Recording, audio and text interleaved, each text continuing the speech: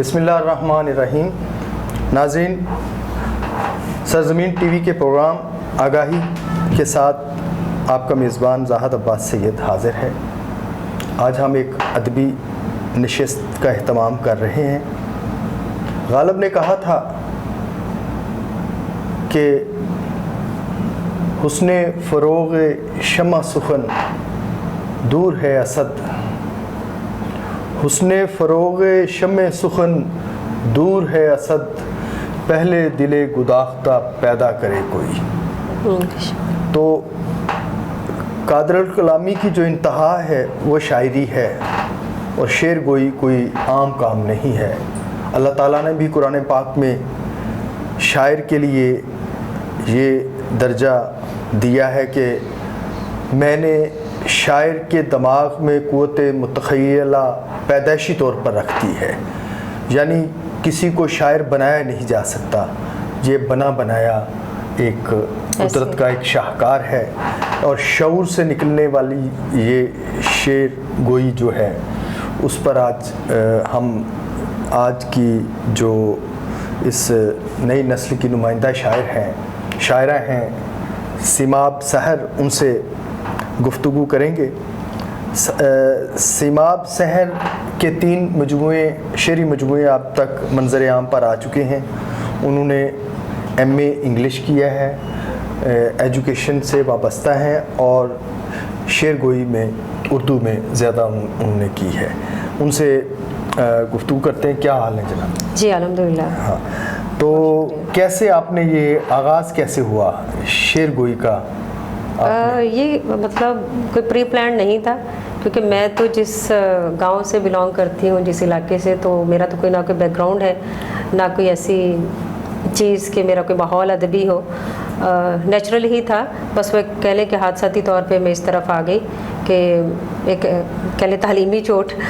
تو میٹرک کا جب میرے فادر نے کہا کہ آپ نے آگے نہیں اس کو کنٹینیو کرنا، تو وہ ایک میرے لیے بہت بڑا سانحہ تھا. اس کے بعد میں نے خود کو ایک طرح کتابوں کے ساتھ دنیا سے الگ کر لیا، اور وہ کتابیں جب پڑھنا شروع کیں تو وہ اندر سے کوئی ایسا الفاظ کا چناؤ اور سبھاؤ اور ایسا، مطلب ایک مجھے نہیں پتہ تھا کہ میں کچھ الفاظ کے ساتھ کچھ کھیل رہی ہوں یا کیا کر رہی ہوں، کہ مجھے اتنی کوئی سینس نہیں تھی. اور لفظوں سے کھیلنے کا ہنر آ گیا. ہاں جی، وہ نیچرل ہی ڈیولپ ہوتا گیا. یہ قدرتی طور پر ہوتا ہے، شعر ہو جاتا ہے. ہاں جی، آمد اور شعوری کوشش میں یہی فرق ہے. تو آپ نے پہلا شعر کہاں کیسے آپ کو پتہ چلا؟ بتا رہی ہوں کہ میں نے اس وقت ہی ایسے ہی ٹوٹے پھوٹے شعر لکھنا شروع کیا. کچھ کتابیں میرے پاس تھی، پڑھ کے لکھنا شروع کیا. ایسے ہی مجھے کچھ میٹرک کے بعد کی بات ہے. اچھا. ایگزیکٹلی جب میں نے لکھا سادہ سے لفظوں میں بس لکھنا شروع کیا. پھر اس کے بعد میں نے تقریباً افسانے لکھے، کالم لکھے، کافی ساری تب آزمائی کی، لکھتی رہی. ایسے ظاہر ہے تباہ موضوع تھی تو پھر تباہ آزمائی ہوتی رہی. جی بس لکھتی رہی کچھ نہ کچھ، ماشاءاللہ. لیکن شاعری پھر کنٹینیوسلی چلتی رہی. آپ نے بتایا کہ آپ کو میٹرک کے بعد ایجوکیشن جاری رکھنے میں ہرڈلز تھیں، رکاوٹیں درپیش آئیں. تو کیسے آپ نے پھر یہ تعلیمی سفر کیسے؟ بس وہ 2 سال میں نے اپنے ساتھ گزارے کیرنٹینا میں کہہ لیں. تو میرے فادر نے پھر ریئلائز کیا کہ یہ باقی بچوں سے ڈیفرنٹ ہے. کچھ مطلب میں خواب دیکھتی تھی کوئی بہت بڑا بننا ہے، کچھ ڈیفرنٹ کرنا ہے، کچھ زندگی کا مقصد ہونا چاہیے. یعنی بغیر مقصد کے تو زندگی کچھ بھی نہیں ہے. تو میں تب بھی بچپن میں سوچتی تھی کہ کوئی زندگی کا مقصد ہے، کوئی بہت بڑا مقصد ہے، کچھ پلان ہونا چاہیے، کچھ کرنا چاہیے. لیکن میرے ارد گرد کے حالات میرا ساتھ نہیں دیتے تھے. تو بہرحال پھر میرے فادر نے ریئلائز کیا الحمدللہ. تو انہوں نے پھر مجھے کہا کہ بیٹے یہ لو، یہ آپ کا فارم ہے اور آپ جا کے ایگزام دو FA کا، اور اس کو کنٹینیو کیا. پھر نہیں انہوں نے کبھی روکا. ہاں جی، پھر چل سے چلے. اس کے بعد آپ نے پھر اور شعر گوئی کے حوالے سے آپ کے خاندان کو پتہ تھا؟ اس پر اعتراضات؟ نہیں، اس طرح کبھی نہیں ہوا، کیونکہ میں نہ مشاعروں میں جاتی ہوں نہ ادبی پروگرامس میں بس اپنے جیسے کسی ڈائری میں لکھ لیا ایسے لکھتی ہوں، اس لیے کسی کو کوئی مسئلہ نہیں. ہاں میرے ہسبینڈ جو ہیں وہ بہت کوآپریٹیو ہیں الحمدللہ. وہ کوشش کرتے ہیں کہ میں پڑھوں، کروں، لکھوں.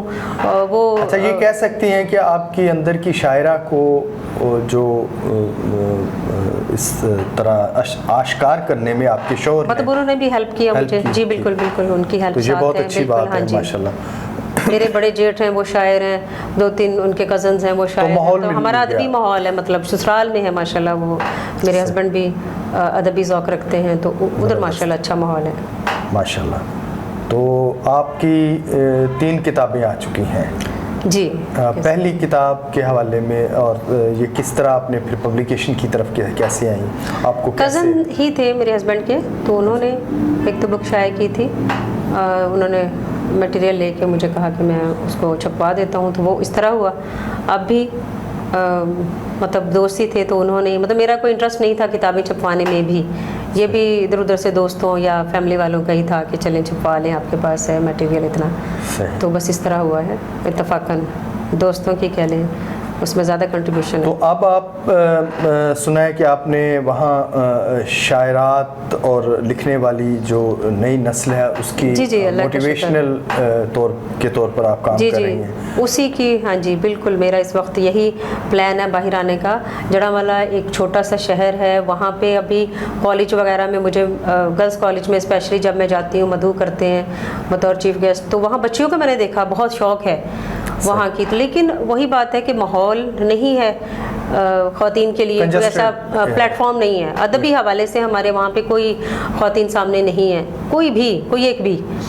تو کچھ لکھ بھی رہی ہوں گی گھروں میں, کچھ بچیاں میں نے, مطلب اب میرے ساتھ بھی ہیں اٹیچ, تو وہ لکھتی ہیں, مگر ان کو کوئی پروموٹ کرنے والا نہیں ہے, آگے راستہ دکھانے والا نہیں ہے. تو ان کو سب کو دیکھا میں نے کہا کہ بھئی یہ ہماری ذمہ داری بنتی ہے, تو میری بھی اس میں کوتاہی ہے, غفلت ہے, مجھے بھی ایک راستہ فراہم کرنا چاہیے, اس میں کام کرنا چاہیے. تو وہ اس وجہ سے. آپ نے کوئی تنظیم بنائی ہے اس حوالے سے؟ نہیں, فی الحال تنظیم نہیں ہے, کیونکہ ابھی بھی آپ دیکھیں کہ خواتین باہر آنے سے گھبراتی ہیں, ابھی بھی وہ گھروں میں ہیں, لکھ رہی ہیں, اگر کوئی مطلب کوئی خاص نام نہیں ہے, اگر میں کہوں چھوٹا موٹا کوئی, مطلب بچے ہیں, جیسے میری کتاب پہ انہوں نے کیا BS کا, ابھی ہمارے ہی جڑامالہ کے کالج سے ہی ہوا ہے تھیسس, تو اس طرح سے بچیاں کام کر رہی ہیں اس حوالے سے. اچھا, تنقید کے حوالے سے, کریٹکس اور ادب کے حوالے سے, افسانہ نگاری میں بھی آپ نے کافی؟ نہیں, وہ ابتدا میں تھوڑا بہت لکھا ہے, لیکن پھر وہ مصروفیت ایسی ہو گئی. جو آپ کا جو میدان ہے وہ شاعری ہے, وہ اس طرح رہا نا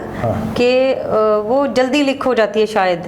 افسانے کے لیے آپ کو باقاعدہ پھر بیٹھنا پڑتا ہے, لکھنا پڑتا ہے, کہانی بنانی پڑتی ہے, لیکن شاید میرا مطلب اس طرف اتنا رجحان نہیں رہا. اصناف ادب میں سب سے جو اعلیٰ درجے پر فائز ہے وہ شاعری ہی ہے, اور اس میں غزل کو جو مقام حاصل ہے وہ کسی اور صنف کو نہیں ہے. ایسے بھی ہے. تو ماشاءاللہ آپ نے غزل گوئی میں بھی اپنا ایک, جی غزل اور نظم دونوں میں لکھتی ہوں, مہارت تامہ کی کوشش کی ہے. تو اس کو ہم دیکھتے ہیں, ہمارے ناظرین بھی اس حوالے سے بڑی بے صبری سے منتظر ہیں.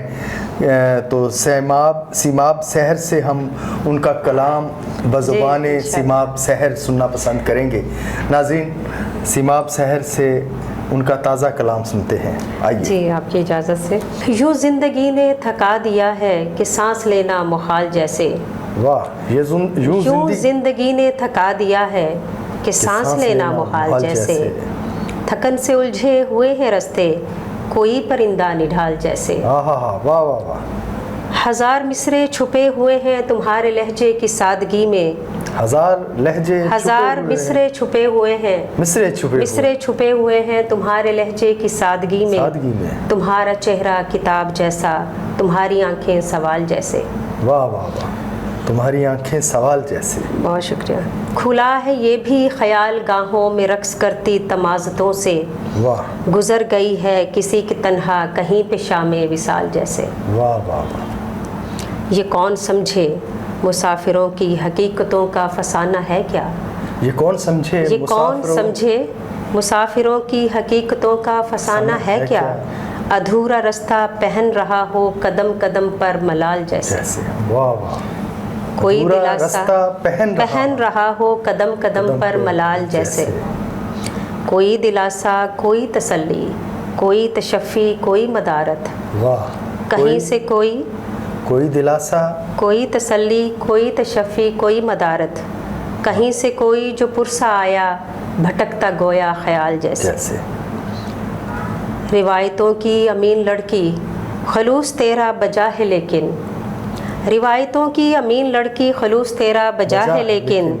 کہ چل رہے ہیں یہاں پہ موتی کسی سمندر سے چال جیسے. واہ، کسی سمندر کی چال جیسے. کہ چل رہے ہیں یہاں پہ موتی کسی سمندر سے چال جیسے. کسی سمندر سے چال. سکوت دریا مزاج برہم یہ تشنگی کے الاؤ سیمی کسی کی یادیں نبھا رہی ہیں یہ گردش ماہ و سال جیسے. جیسے. واہ واہ، بہت شکریہ. ماشاءاللہ. اچھا، نظم بھی آپ نے کہی ہے جی نظم تو ماشاءاللہ وہ بھی عنایت کریں. ایک نظم ہے یادوں کی بوسیدہ عمارت. ماشاءاللہ، یادوں کی بوسیدہ عمارت نظم کا عنوان ہے. ماشاءاللہ. ویرانی سے اٹی پڑی ہے، ویرانی سے اٹی پڑی ہے. اٹی پڑی ہے آسیب زدہ گہری چپ سے ڈھکی ہوئی ہے. واہ. کتنے موسم بیت چکے ہیں کتنی شامیں راکھ ہوئی ہیں. واہ غم کا دیمک باموں در کو چاٹ چکا ہے. واہ واہ، صورتیں کتنی خاک ہوئی ہیں. ماشاءاللہ. ساون رتوں کا سبز زہر رگوں میں گہرا اتر چکا ہے. واہ طوفانوں کے بعد کا منظر واہ. خوف کی صورت ٹھہر چکا ہے. واہ.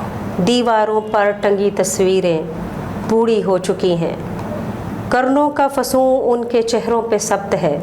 ماشاءاللہ. چھت سے لٹکے ہجر کے جالے وقت کی دھول میں اٹ چکے ہیں.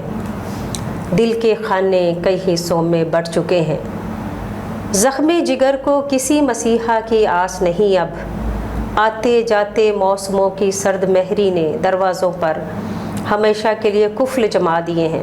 ماشاءاللہ. گھر کے پچھلے دالان میں لگے پیڑوں کو دکھ کی امر بیل نے پوری طرح جکڑ لیا ہے. واہ. برآمدے میں لگے بڑے آئینے میں کوہر کا موسم ٹھہر چکا ہے. تا حد نگاہ دھند ہی دھند ہے راستے میں اگے جھنڈ ہی جھنڈ ہیں. ایک خستہ حال مسافت برگد کے بوڑھے شجر سے لپٹ کے دم توڑ چکی ہے. واہ. ٹوٹے خوابوں کی کرچیاں چاروں اور بکھری پڑی ہیں. بھولی بسری باتوں کی خوشبو موتیے کی باڑ کے ساتھ سوکھ چکی ہے. طاق میں رکھا دیا اپنی وصیت پر دستخط کر چکا ہے. گھونسلے میں بیٹھا پنچھیوں کا جوڑا کراہنا بھول چکا ہے. غربی کونے میں آس کے ٹوٹے دھاگوں کا ایک ڈھیر پڑا ہے. دھواں دھواں ہوتے منظروں کا عکس بے رنگ اینٹوں سے جھلک رہا ہے. من آنگن کے بیچوں بیچ وحشت زدہ ایک شام پڑی ہے. ماشاءاللہ. واہ جی واہ.